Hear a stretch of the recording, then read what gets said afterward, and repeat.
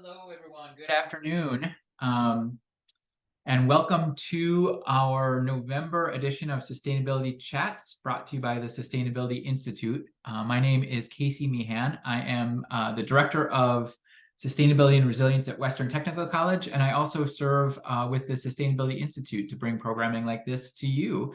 Hope that you had a great Thanksgiving and the winter hasn't hit you too hard. But boy, it is winter, isn't it? So hopefully you're all staying warm.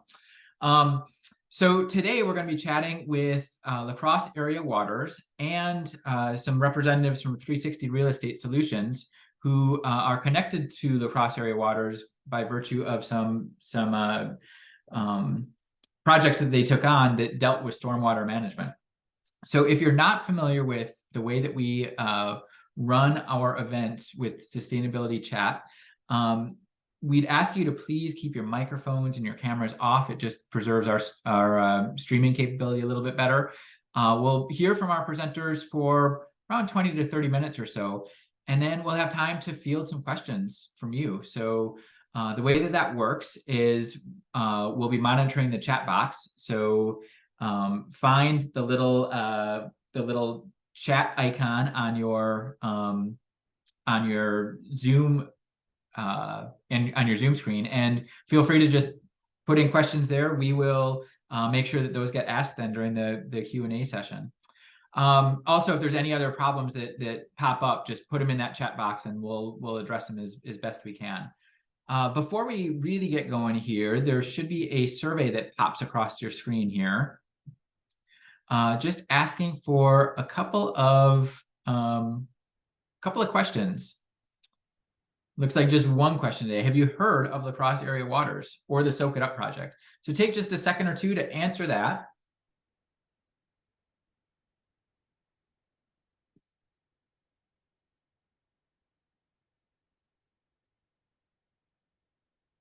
And it looks like pretty even split here, about half and half.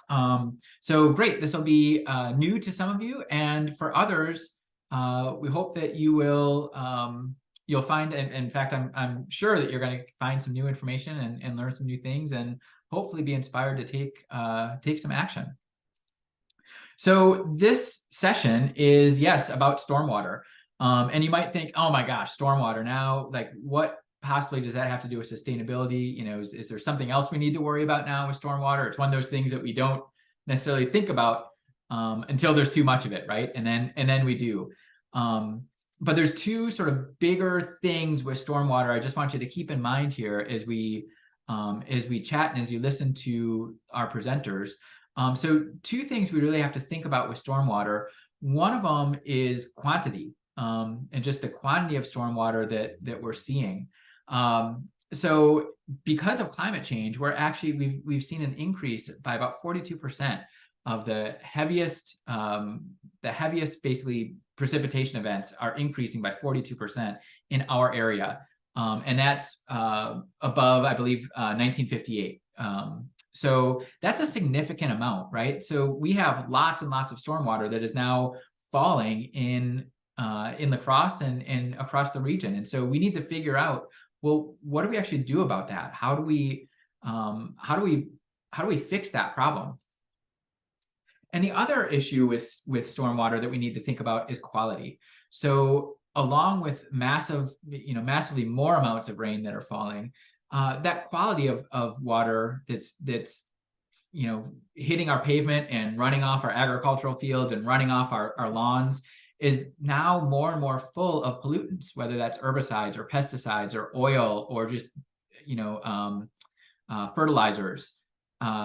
That accumulates, and stormwater ends up in our local waterways, our streams and our rivers and in our groundwater. So we need to be thinking about, well, not only the quantity of water, but also the quality of that water. And it's becoming an issue that we need to think about because it's starting to impact our daily life. So I'm super pleased to have with us a couple of folks that can help us think through this issue of stormwater management. So we're going to be chatting with La Crosse Area Waters. And this is a group that's made up of 10 local communities who are really just pooling their resources to provide outreach and education about stormwater runoff and why this is something that we need to be thinking about. And joining us, we have Amy Smith, who's going to be kicking things off, and she is the coordinator of La Crosse Area Waters. She's been the coordinator for 9 years. She's also the director of sustainability at Habitat for Humanity of the La Crosse area. And we're also joined by, so Amy will be kicking us off, and then we're joined by a couple of representatives from this year's Soak It Up Award winner. That's 360 Real Estate Solutions. So Jennifer Ristow is, she's the marketing manager for 360. She's been there for the past year. And she joined 360 with about 15 years of marketing experience in the financial industry. And we're also joined by Marvin Wanders, who is the co-owner of 360 Real Estate Solutions, along with his wife, Michelle. Now, Marvin and Michelle have led some really innovative developments in La Crosse, including the Hub on 6th, which I think is going to be talked a little bit about today. So the Hub on 6th actually used to be the former county jail building, which Marvin and his team reworked and now is a really cool condo and apartment place right downtown. Marvin's passionate about outdoor recreation. He's also a founding member of La Crosse's Outdoor Recreation Alliance, AURA, and he serves on lots and lots of local community and nonprofit boards. So I'm sure he's familiar to many of you, but thank you for the three of you for joining us. And Amy, I'll turn it over to you. Thank you. Hi, everybody. I'm Amy. I have a little presentation that I made up because I don't know, it's just awkward for me just to talk and talk and talk and talk. So I need the visuals. So bear with me here. I'm going to share my screen.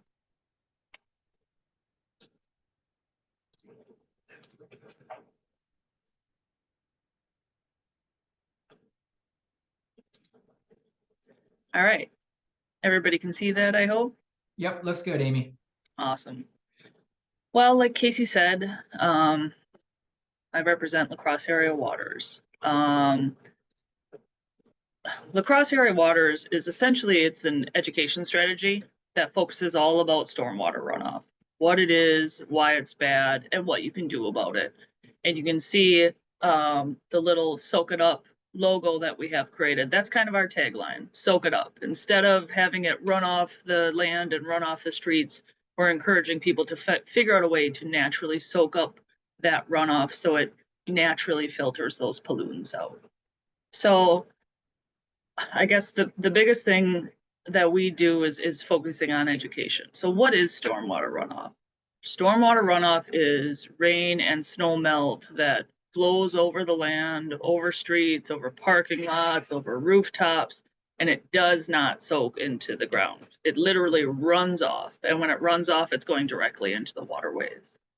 Why is it bad? Well, when runoff flows over land, it picks up manure from farms. It picks up chemicals that we spray on lawns.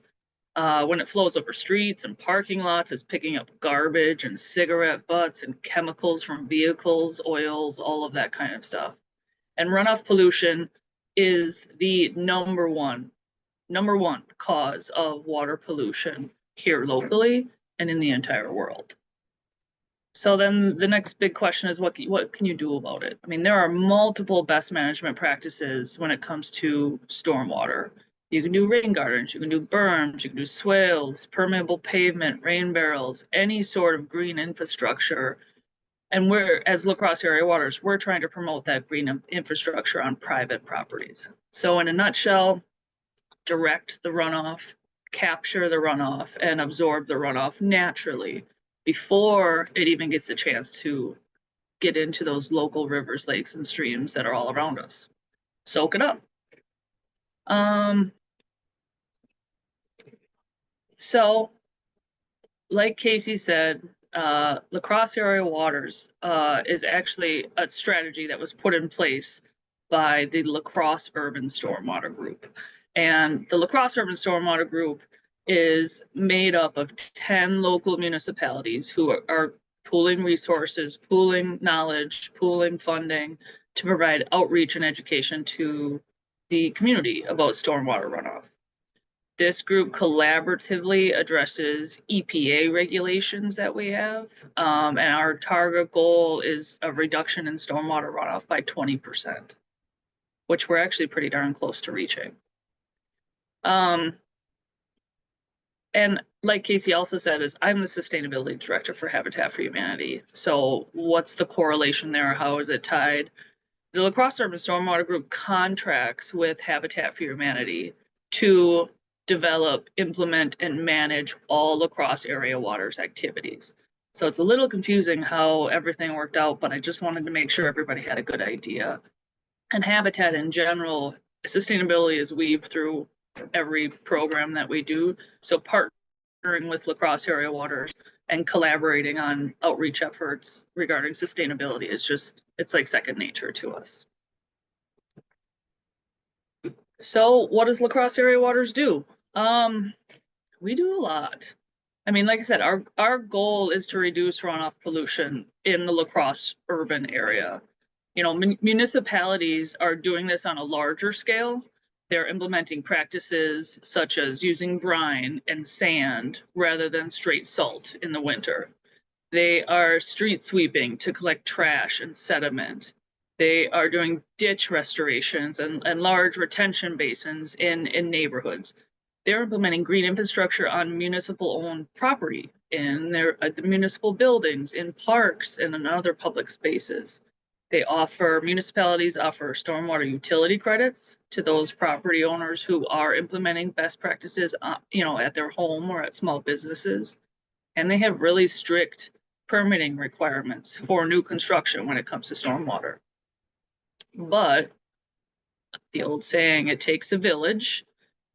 Municipalities are doing their part, but private properties owners really need to do their part as well. Again, in a nutshell, we're teaching people to direct, absorb, and capture that runoff before it hits the waterways. So La Crosse area waters really tries to focus on those private property owners, and our strategies for success are pretty simple. We want to develop and create, you know, creative and relatable content. We want to be a reputable resource for education. We want to collaborate with like-minded groups and organizations in the area. And we want to call attention to those local people and those local properties who are making a positive change for water around us. So I talked a little bit about those local properties. With La Crosse area waters, we really pride ourselves on finding those hidden gems that are sprinkled kind of throughout our community. And realistically, once you know what you're looking for, you can take a drive around and you can see different businesses and different organizations. You can see their landscape and see how they've changed it to mitigate stormwater. This is our opportunity to call attention to these local people who are making positive changes. And we do that in a couple of different ways. The stormwater learning sites. We have one here at the Habitat Restore. There's also a second one at Hamilton Elementary on the south side. So a stormwater learning site is essentially this communal area where people can visit to see firsthand what best management practices look like. So you can come to the Restore, take a walk around the property, and you can see native plants, permeable pavers, rain gardens, anything and everything. So this gives you an opportunity to come and see firsthand what this kind of stuff looked like. We have featured properties that we highlight every single year. These are properties that are selected by the Stormwater Group to be featured in our outreach. We also have a Soak It Up Award. So each year we gather nominations from the public, and we award those in our community who have used nature-based solutions to reduce runoff pollution on their property. And you can see that picture right there, that's Misty Lown. Misty's Dance Unlimited is in the city of Onalaska, and they were our very, very first Soak It Up Award winner. If you haven't been to Misty's, I highly recommend it. She basically created a property that's surrounded by a moat, and this moat collects all of the polluted runoff that's coming from her roof and from her parking lot. The other big thing we do is we focus on collaborations. This is one of these collaborations. This is the river cleanup. If you guys haven't been a part of the river cleanup, that's a really great volunteer opportunity every year. And it's an annual event that includes over 200 volunteers, and every year they pull an average of like 15,000 pounds of trash and debris from local waterways. And these collaborations are really, really important to us because we understand that working collectively rather than working as an individual leads to more innovation, leads to more efficient processes, and really just kind of increases our success for runoff projects in our area and even across the state. This is another recent collaboration, Wisconsin Saltwise. So this is an alliance aimed at accelerating local adaptation to best practices for snow and ice control through peer-to-peer conversations. So we collaborate with Wisconsin Saltwise and TC in this matter, and we all co-hosted a recent event where we invited local municipalities and local like private contractors, or people who are plowing snow in the parking lots and driveways and that kind of thing. And we offer this crash course in salt and how it's that, how is salt that bad for the water? We want to educate these people on what salt is and why it's bad. And then showcase some of the latest equipment that they can upgrade to. You'll see here, this is TC. They just got this piece of equipment this last year. It's a brine application piece of equipment. So TC, another great example locally, walk their campus. You're going to find lots of best management practices, and adding this brine application rather than rock salt is just, they're just taking their game up another notch. And with salt, like, did you guys know that salt is a permanent pollutant? Like, once it's in the water, it's there forever. It's permanent. And just 1 teaspoon of salt permanently pollutes 5 gallons of water. So imagine, obviously we live in a winter climate and we have, safety comes first, but trying to find better ways to manage snow and ice control plays a very, very, very large role in the water quality that surrounds us. So switching to brine trucks like TC did, and brine is essentially water and salt. It allows for better application. It allows for snow to start melting right away. It reduces the amount of salt we use. You can also use sand. Like, all of the municipalities and all of the bigger local organizations are slowly switching over to brine. So it's really, really nice to see. Another collaboration recently is with the Wisconsin Stormwater Collaborative. And this is a statewide effort to raise awareness about stormwater runoff. And we actually recently got Governor Tony Evers. He had an official proclamation to name the second week of August as Wisconsin Stormwater Week. So if you follow La Crosse Area Waters on our social platforms, you'll see that we help promote that a lot in a big way. And that was a big push. And this Wisconsin Stormwater Collaborative is different stormwater groups all across the state of Wisconsin. So you've got La Crosse, you've got Milwaukee and Superior and everybody in between. So it was a really, really big collaborative effort to try to make a big impact across the state. This is Hamilton Elementary. This was a partnership with Grow La Crosse to bring water-friendly aspects to their edible schoolyard project. So you can see on the left there, you've got a before shot where there are lots of trees in the background. Those are all dying ash trees and invasive species. You've got turf grass here in the boulevard, and all of that was taken up.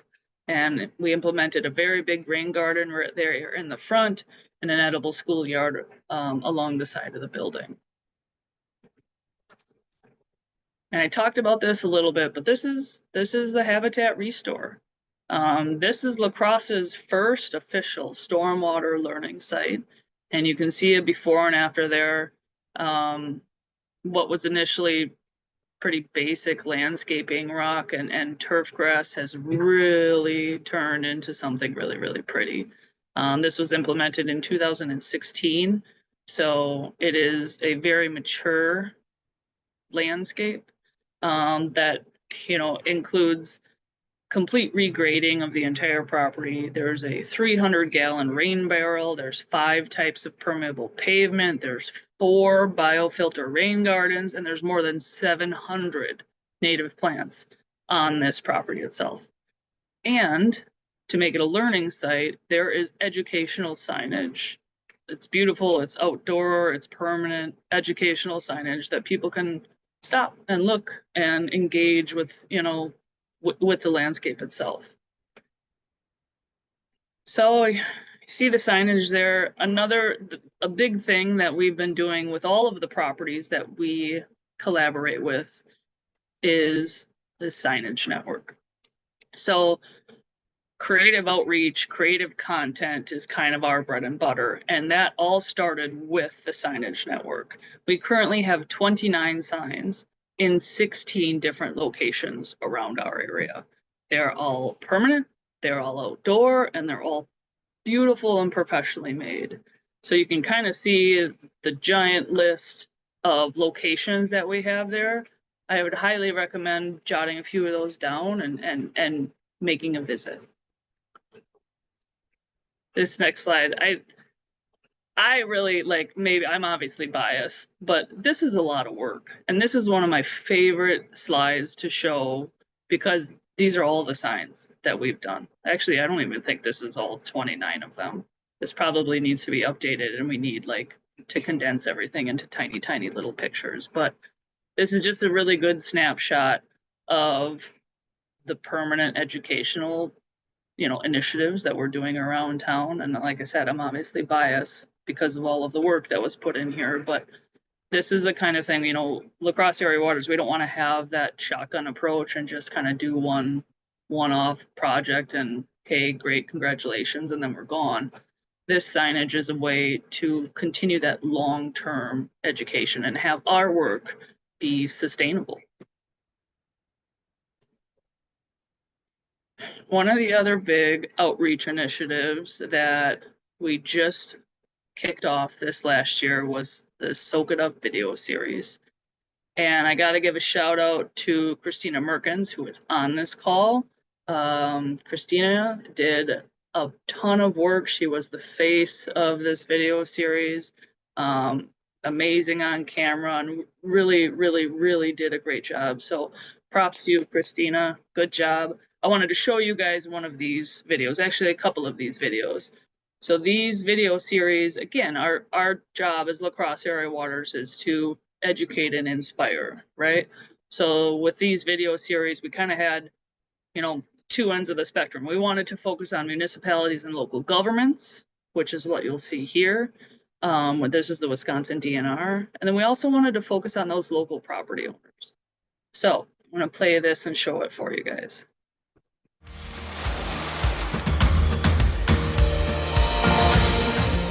So what are 3 things that you're sampling when you do this? Well, I am sampling for nutrients. That's a big thing that impacts the waterways. We're also looking at chlorides, and this bottle is actually for the total suspended solids. So what is TSS, or total suspended solids? Total suspended solids are generally the sediment that you find in suspension in the water.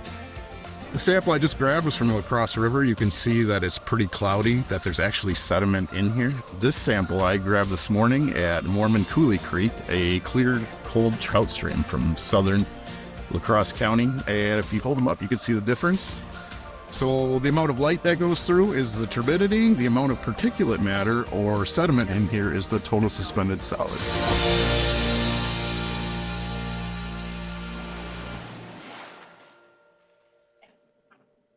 So that's an example of one of the outreach series videos with the DNR. And then, like I said, the other big focus for these videos was these local property owners. And this video is actually with Misty Lown at Misty's Dance Unlimited, who was again, our very first Soak It Up Award winner back in 2018. And she talks about, I don't know if this is a video, but she talks about her property actually being surrounded by a moat.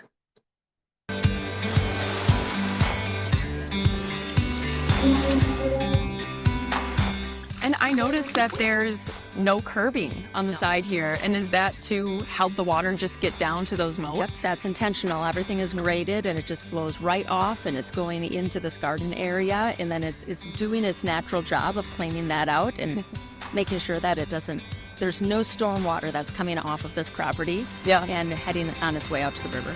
Well, that's awesome.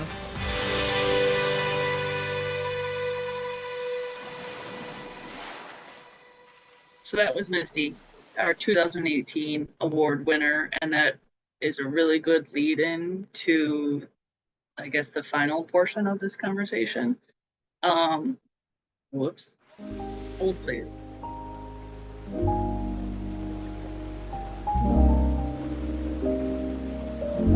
Okay, got it. The Hub on 6th has officially been named our 2023 Soak It Up Award winner. I see that my formatting is a little off on the slide, my bad. But this is the staff of 360 Real Estate Solutions at the Hub on 6th. The Hub on 6th is located right downtown, right next to City Hall. And Casey mentioned it earlier that the Hub on 6th was the original La Crosse County Administrative Building. So for almost 50 years, this La Crosse County Administrative Building sat there, and it, once the opportunity to purchase came up, 360 in partnership with Borton Construction jumped on this and created a really, really great downtown oasis for residents and for the community at large. But there was a ton of work involved with the renovation. These are some original pictures of what the administrative building looked like before. You can see lots of, cute little crabapple trees and turf lawn there, but from everything from asbestos to invasive species on the property, there was some major work that went into renovating here.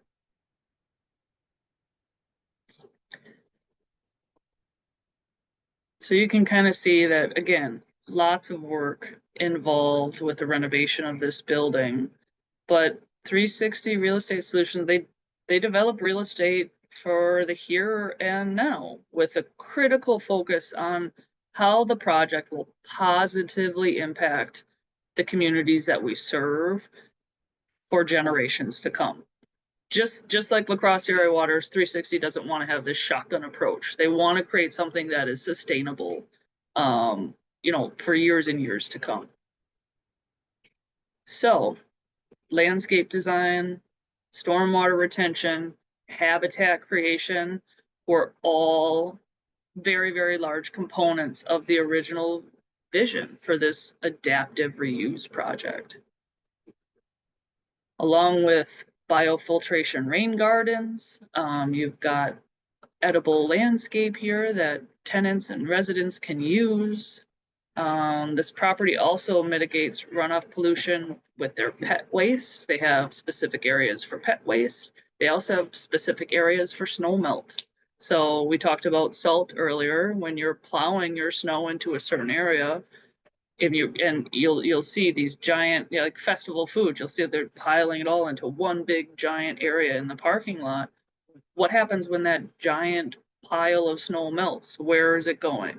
So for the hub to have a specific area specifically to put their snow, to pile their snow, so that when it melts, it's all taken care of.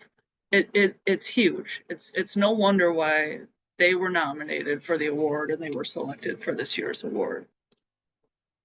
This is probably one of the coolest features at the hub. It's their pollinator prairie. The root systems of the plants within this prairie go 12 to 14, 15, 16 feet in the ground, capturing hundreds of thousands of gallons of runoff and sequestering similar amounts of carbon to a rainforest. Like, wrap your mind around that. Like, you think about a rainforest, you think about the Amazon and all of the plant life and all of the carbon sequestration that's happening there. It's happening here in this native prairie in downtown La Crosse. It's mind-blowing. So this pollinated prairie does not need to be mowed. It does not need pesticides or insecticides. It does not require irrigation. It is self-sustaining. It creates habitat for wildlife in a downtown urban environment. And it's really one of a kind. So, like I said, there's no question why the hub was selected as this year's 2023 award. They actually were nominated, I think, in 2018 when Misty's won the very first year. The hub was nominated back then. So it's nice to see things kind of come full circle. They got nominated again, and it's really nice to be able to honor them and honor Marvin and his work. And I think, Marvin, at this time, I'm going to pass it off to you. You can talk a little bit more about the hub, a little bit more about 360's practices. Yeah. Thank you, Amy. On behalf of our entire team, it's great to be with all of you, and thank you again for the award for the hub. That project, as most important things, was really a very collaborative approach with a lot of partners. Of course, the county and the city were involved with that. WEDAC was involved with it. There was a lot of components to it. So, when that project was done, we were one piece of what was, $100 million worth of development in our downtown urban core. And so we're happy to be part of that and play a small piece in that. The ecology behind it, and what we're doing at our properties and our sites, part of that comes from my background. My background is actually in health education. It's not in real estate development or finance or the typical background. And what we're really passionate about is building healthy communities. So we're building a property within a community, and the built environment is very intensive with natural resources.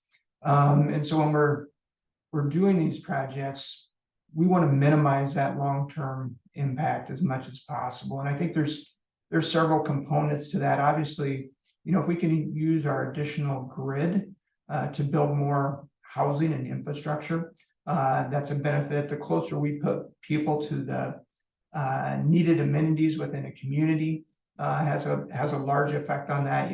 It reduces transportation and some of those runoff related pieces when it comes to real estate.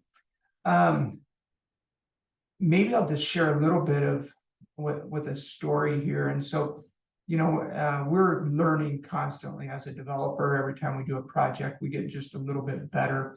And we do try to think about it from a real holistic approach. And, stormwater piece, the ecology piece, the sustainability piece, all those things go very close hand in hand. And I think we all have personal experiences that can change our perspectives on that. Maybe I'll just share a story of a personal experience. We happen to have a small farm, and this is not directly related to the hub, but it does influence decisions. We have a small farm in La Crescent, and there's a 50-acre field on top of the ridge top.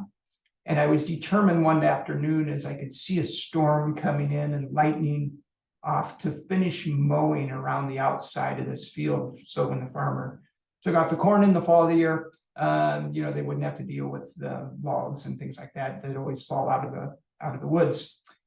Well, I was determined to beat the storm, but I didn't. And it was one of those gushers. My four-wheeler actually broke down, which meant I had about a mile walk back. By the time I got back to my vehicle, it was one of those storms where we had 4 to 6 inches of rain in 45 minutes. And the 175 acres of woods through this valley, the watershed, was running chocolate milk into Pine Creek. And that was a really good life lesson for me as I walked in the rain and got to watch that firsthand. And it actually influenced how we develop. And so it's those small influences and exposures and education that we get that can actually, I think, help us do better products and projects at the end of the day. So that's kind of the, a little bit of background with regarding the hub. As a development company, we don't have to be the expert.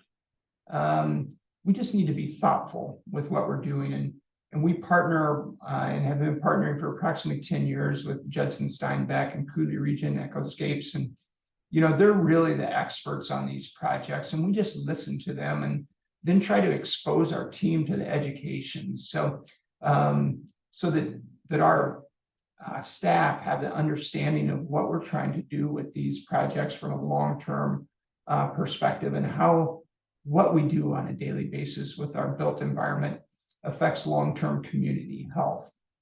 So that's kind of a high level. And I think I could maybe pass it off to Jenny if she wants to talk just a little bit about the marketing side of that and the influence for a minute or two. And I do want to point out one of the benefits is that we have a great group of partners on our projects. Paul Borsheim and Borton Construction, we've partnered on several projects locally, and whenever we come up with ideas to do something of impact, Paul's always one of the first guys to say, yes, how do we do that? And so, we're fortunate that we have good partners on these projects. So Ginny, I don't know if you want to take a minute and just talk about, some of the marketing side of things and the educational side of things. Sure, yes. I'm Jenny Risto, and I'm in marketing here at 360. And as Marvin said, we've been implementing sustainability into our properties for quite some time. And recently, we've decided to, take it up a notch and start educating our tenants and our employees about some of our sustainability practices.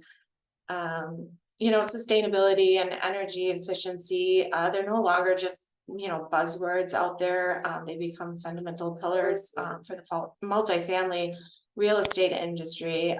Here in La Crosse and surrounding cities, we're kind of playing catch up on that, but we don't mind being the front runner on these practices, with the goal being that more and more, multifamily companies and all other companies in La Crosse will follow suit, and this will just become the norm.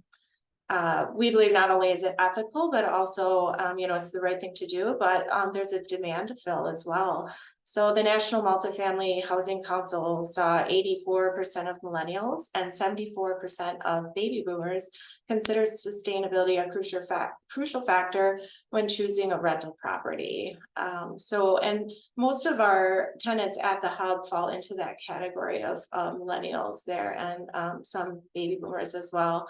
And to note, a study by the Nielsen report in 2020 showed that Gen Z, and that would be ages 9 to 24, have a strong commitment to sustainability, with about 82% expressing concern about the environment. And that would fall into like our college tenants in some of those properties that we own. So we know there's a demand.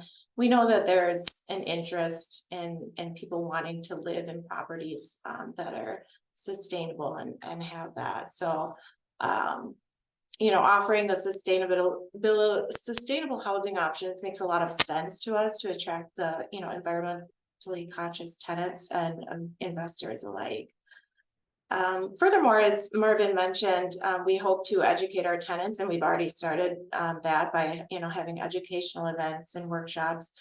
And we also want to do that with our employees as well, by having signage at our properties and posting on social media on topics such as energy efficiency, water conservation, and we've already kind of started on that, so we're pretty excited about that. And ultimately, the goal there is to promote sustainability within our community as far as we can reach. So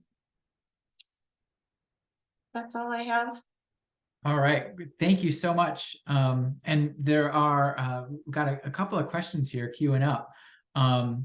So first, I think one to Marvin and Jennifer, and that is, what type of feedback have you gotten from the community on these projects? So I guess feedback, and also what benefits have you seen? So, Casey, as you know, we have several groups from WTC that come over and tour the property. Staff that, and it's one nice thing about this property is it's right next to City Hall. So planning staff, when they're meeting with developers, will actually take them out and tour the site, right? So it is that educational piece that can have influence on others. And so that feedback is good. I think one thing that's interesting is just once, and I see this, I've walked the property several times with Judson, and I always rely on him. I never try to be the expert on it because I'm not. But I walked the property with him and others. And when people, you can see the light bulb go on when they're actually on the property and touring the property.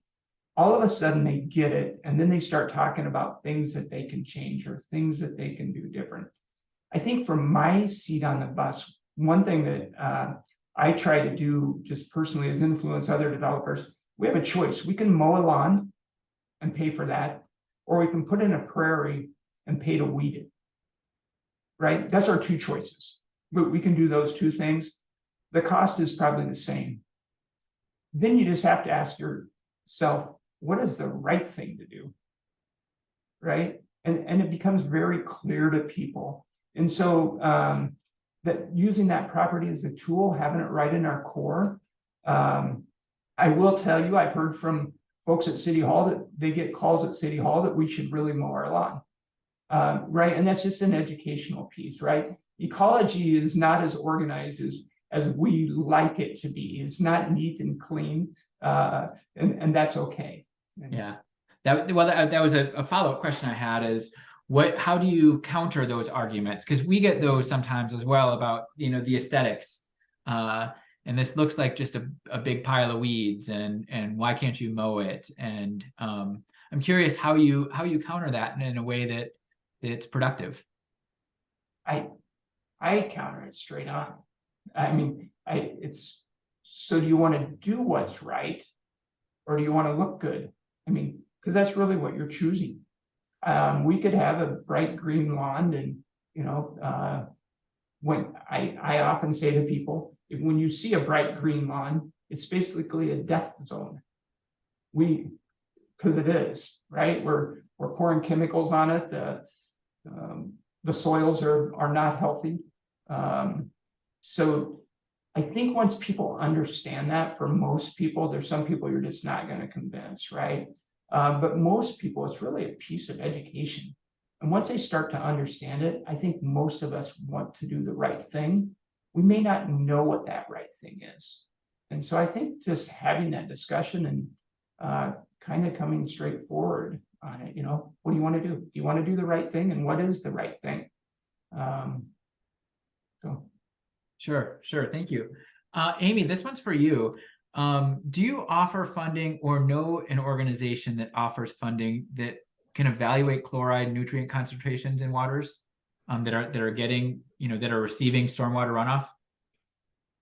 That's a really interesting question.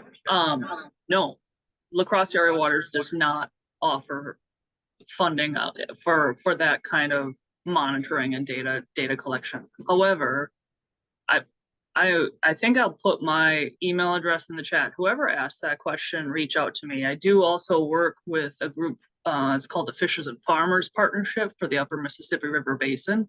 They do offer funding for that type of assessment, that type of monitoring. So that's one option there for you. There are a ton of other funding options out there from the federal government. There's a huge push in all the IRA funding and the ARPA funding that's coming down, and it's all conservation related.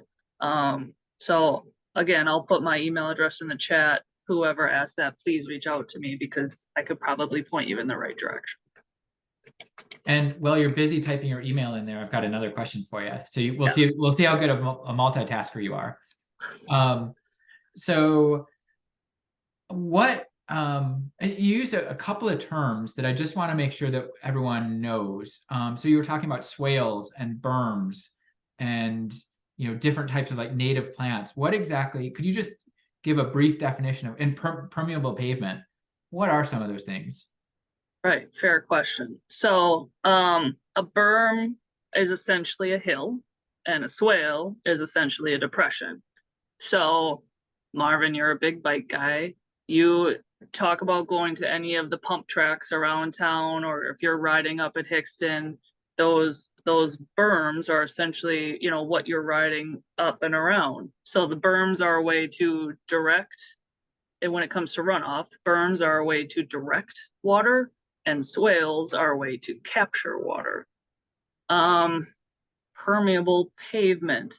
If you think about concrete or asphalt, or even some like really compacted soil and turf grass, those are impermeable. So that what that basically means is that they're not going to, nothing can penetrate them, right? So when water runs off of concrete, it's literally running off. There's no way for anything to soak in. There are a couple of different types of permeable pavement. It's, you know, I guess the best example is if you think about bricks. You know, you lay pavers down and there's a little notch in between the pavers, which allows that water to get in and naturally soak into the water. There's also permeable asphalt. There is permeable asphalt at TC. There's permeable asphalt at Mayo. I'm assuming there's permeable asphalt at other locations around town, but those are the two big ones that stand out. So, and you can tell the difference. If you go to TC and you park kind of behind the Lunda Center there, you can see where they have permeable asphalt and non-permeable asphalt, and there is an obvious difference. So it's, I mean, kind of addressing what was talked about earlier, especially like the question to Marvin, like how do you combat these kind of negative annotations towards your landscape?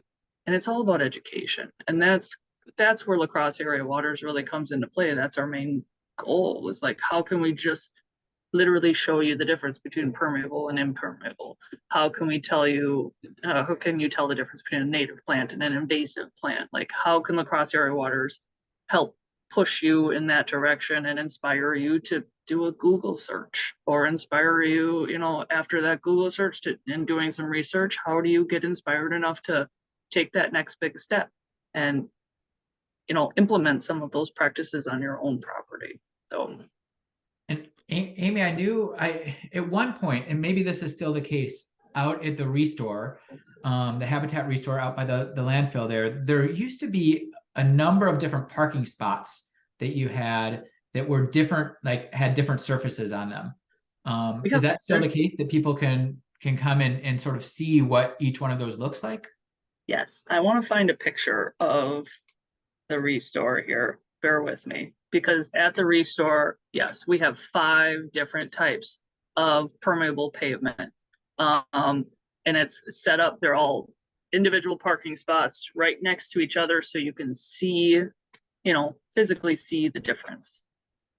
And as you're finding that, question for Marvin and Jennifer, your sites, your buildings are, again, they're demonstration sites, right? They're about education. Can people come, you know, our listeners right now, could they come to Hub on 6th and walk around, and is that something they should feel welcome to do? Absolutely. The other component of that is all of our, you know, landscaping is native and is food source, most of it, either for people or for wildlife. And so, as a matter of fact, the pollinator prairie, it's kind of interesting. We had ducks nesting in there almost every year. And so the residents there get to watch that process. But absolutely, and we're more than happy to give tours of the site as well. That usually involves Judson's time, just because he really is the expert. And then if you do want to see some more permeable pavement, Campbell Road is a project we did, the Canterbury, right by UWL, and we have permeable pavement, really tight site. In order to get the stormwater retention we wanted, we had to put permeable pavement in the back of that building. And then our office building is the same way, the Aguilera, you know, in order to capture more, just because of the site constraints, we put in permeable pavers or pavement to do that. The other piece of that like our office building, Aguilera, and then also the hub that we just completed on the north side, those projects, we have large underground underneath the parking lot of the 5th Ward, which captures all the stormwater. So it was a whole design parking lot. And so one nice thing is, I remember when we started down this path and we were learning and trying to get better 10, 15 years ago, and you'd start having these conversations because new products were out and engineers wouldn't touch them. And, the cost of them was very expensive. The nice thing is now most of those costs are mitigated, right, with the work that you have to do. And so the economics of the sustainability, the more people that are doing these projects, the better it gets all the time. And I think that's a win for all of us and says that things are moving in the right direction. And it's, it's through the hard work of folks like you that are constantly getting the message out there and educating. And it takes a lot of that. Sure. And I should also say, folks should feel free to come down to Western as well, and walk our campus. We've got different examples of permeable pavement as you walk from along our Cleary Courtyard from 6th Street eastward to 8th Street. You can see sort of different iterations of rain gardens that sort of happened. We did, each one a couple of years after the other one, so you can sort of see the evolution of rain garden engineering as well, which is interesting. Amy, did you have a picture that you wanted to share? I do. Go for it.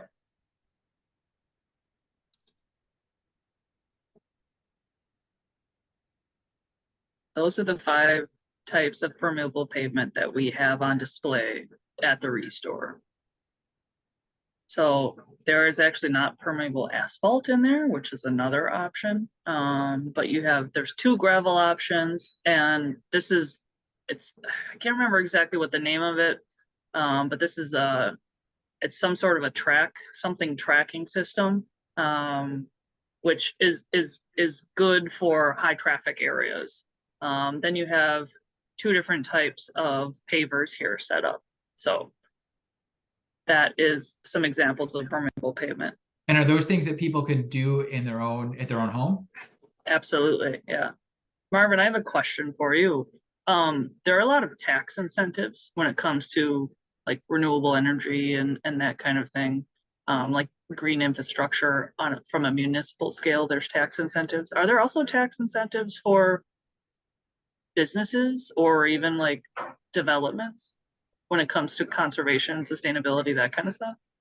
Well, there are, and it's constantly moving, Yeah. right? So there's tax credits a lot of times, and so we're always looking at those economics right now. One thing that we're exploring is geothermal. We think we can make the economics work on geothermal. The hub actually has solar on top of it, and that lights all the common area elements within that site. So there are tax incentives. We as a developer constantly keep our eyes on that. The economics of these projects are really hard to make work. And so we're constantly in that position as a development company of wanting to do more, but making the economics work. And someday before I'm all done developing, I'm going to do the perfect project, right? And it's going to go to the 9s, but that's just what we deal with from a financial standpoint. They have to be financially viable. And so we have these choices that we have to make on a regular basis. And so we're constantly watching for ways to fill that gap when it comes to, to the developments we're working on. I think, and I think one of the critical things to this conversation is really housing and infill housing and getting housing projects through quicker so people are living closer to the amenities and we stop expanding the footprint. And this is just putting it on everyone's radar. You look at the last, including some of our projects, 4 or 5 projects that we've worked on within the city. And this is not just City of La Crosse, it's in general. There's always this not in my backyard. And the not in my backyard movement expands the footprint. So the question needs to change to how do we build healthy cities and still mitigate some of those concerns that people have when we're building healthy cities. The cost associated to that entitlement process in our industry right now is about 35% of the actual project cost. So when you put it all together, and in a single family home, it's about 23%. So the average single family home in the United States right now is $400,000. Of that, $95,000 of it is entitlement related cost. So we're driving housing costs for people, making it less affordable. And at the same time, we're about 5 to 6 million housing units short in the United States. And when you look at the full circle of that, sorry, I'm getting off topic, but I think this does relate to sustainability and building sustainable cities. When you look at the 5 to 6 million housing units short, and then we talk about homelessness, every time we give somebody a new box to live in, somebody else has to move out of a box. So until we fix the supply problem, solving these other issues is going to be very difficult. So I just encourage people that, you know, as these projects come on, to try to be active and be thoughtful, because it really is a holistic approach to create density within cities. And I think we need to be conscious of that and what it's doing from an environmental standpoint by expanding the grid and the amount of natural resources it takes to expand the grid. And then there's just the economic piece of expanding the grid. All of that does tie into sustainability, which is critical if we're going to build, you know, healthy communities. Sorry, I went on a little tangent there, but I do think it is very relevant to this concept of sustainability and all the components of sustainability, whether it's stormwater, Absolutely. miles in cars, all of those pieces. Yep, absolutely. Realistically, I'll add to that, like working at Habitat, there's, you know, obviously we deal with housing too. There is scientific data out there. There is a direct correlation between human health and housing. There is also a direct correlation between human health and urban agriculture. Like, I encourage you to do the research. UW Extension out of Madison has a lot of really, really great research out there that show those two correlations with science, you know, at backing it up with the science. So we've got time for just one final question. And I want to offer this up to all three of you. Excuse me. What is, when we're thinking about stormwater here in the city, what is the number one way or thing that listeners can do that'll make a substantial difference? There are multiple practices that you can implement today, right now. It's as simple as something as simple as like picking up your dog's poop, right? That's just an easy way to go about doing it. Pick up your dog's poop. That will reduce runoff pollution. Also, mulching your leaves. Not when you mow your grass, not mowing your grass and having it go into the street, because leaves and grass, if they go into the street, they're eventually going to go into the storm drains, and all of those additional nutrients go into the water, suck out all the, or create these algae blooms that suck out all the oxygen and kill the fish, right? Other really simple things, like I guess semi-simple things, you can install a rain garden. And the best way to go about doing that, even before installing a rain garden, redirect your downspouts. Where, you know, when it rains, get an umbrella, take a step outside, and figure out where water is pooling on your property. If it's pooling in one location that's going directly down your driveway and then directly into the street, you need to understand that eventually, it'll go to the water. No water that comes off of your property is filtered.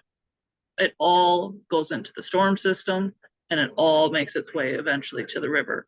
If you're in more of a less urban area where your municipality manages the runoff with ditches rather than a storm system, you know, storm drains and basins and things like that, those ditches are there for a reason, to collect the water and capture it. But where do you think it's going once it goes in, you know, once it gets captured? It's that sediment is sitting in the ditch, and that water is soaking right directly into the aquifers that we're drinking from. So adding native plants to your landscape is a simple tool that you can do to to help mitigate runoff pollution from your property. And I would encourage, you know, I would encourage you guys to visit lacrosseareawaters.org. Visit our resources page. There is a ton of information on there that will tell you what you can do on your property. If you have bigger pipe dreams for what you want to do, there's resources there on how to build a rain garden, how to install a rain barrel. You know, even something as simple as salting less, salting smart. It's winter time, so salt is, you know, top of mind at this point. Salt less, shovel more. It's really simple. It's just, they're very simple concepts. It's just being open to changing the way that you've done things for the last, however old you are, you know, us as a society, changing the way that we've been doing things for the last hundreds of years, because it's not working anymore. And it is negatively impacting our environment. And we're between the bluffs and the Mississippi River. Like we live in the driftless area. There's no other place like this in the whole wide world. So we need to do what we can to protect it. Okay, I'm off my soapbox. Marvin, Jennifer, anything to add? What's the number one thing that people can do? Don't let it overwhelm you. Pick one small thing and start. Just pick one small thing and start, and then you can move on to the next thing. Keep it simple. Perfect. That's a great place to end. So I want to first of all thank you so much, and send my thanks to Jennifer and Marvin and Amy for taking time out of your day to join us and help educate us on this really important topic of stormwater. The work that you're doing really is inspirational. It's great. That's what Sustainability Institute is all about, is trying to get the word out and inspire others to take sustainable action. So thank you. You're doing our job for us. You'll probably see a poll on the screen right now. Just that is for Sustainability Institute, and just so some feedback for us. So if you can take just a second or two to answer that poll. We are done with our programming for the year, so we will we'll see you. Actually, we have a typo on the slide here. It should be see you in 2024. We will not be having anything coming up, I don't think, unless Carrie jump in and remind me if I'm forgetting something here. No, we'll be back in 2024. Okay. All right, cool. In the meantime, you can catch up with this if you want to review this particular presentation or any of our other sustainability chats. Feel free to go to our blog, sustaininstitute.com /spotlight, and you'll find all of our programming there, or all of our past chats there. And finally, one big thank you to our members and supporters. This type of programming is free to anyone, and it's free because we've got members and supporters that are helping make it so. So I want to give a special shout out to our committed advocates, Lee Rosh, Lynn and Todd Huffman, Western Technical College, and our cheering champion level of support, Excel Energy, the Franciscan Sisters of Perpetual Adoration, Strive to Thrive, Habitat for Humanity, La Crosse, Dorothy Leonard, and Olson Solar Energy. So if you're interested at all in becoming a member of Sustainability Institute, it's really easy to do. Just head to our site, sustaininstitute.com, and click on that Become a Member button right in the upper right-hand corner, or choose to donate. And you can just find a level that you're comfortable with, and we would appreciate any support at all from our participants and our viewers. With that, thank you everyone for joining us, and we will see you in 2024. Have a great holiday season.